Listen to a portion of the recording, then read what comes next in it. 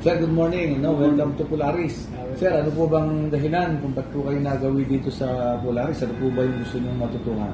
Gusto kong matutunan ang trabaho ng chief engineer, paano sila mag-compute ng Fuel cal. fuel calculation. Ano po bang kinakatakot pa na isang katulad natin, lalo na pagdating sa bunkering?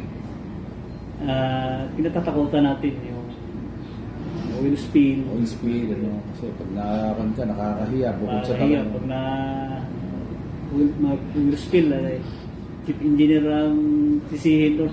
Yung pong oil spill, pag sobra, ano, kaya na mali ng pinaglagyan, yung namang iba, kulang. Kulang Baka hindi naman makarating yung barko doon sa sa papupuntahan. pinangpupuntahan.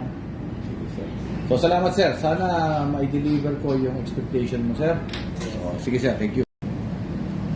Okay, engineer. So, tapos na yung ating training ng familiarization sa fuel cal.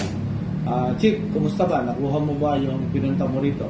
Actually sir, na catch up ko naman lahat na mga tinuro sa akin. Sir, So, satisfied naman ako na salamat sir. Ano? at least i-recall ko na lang sa next. Reviewin mo sir para Review. hindi mawala. Sir.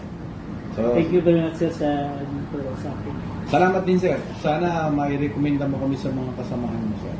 Yes sir. Thank you sir.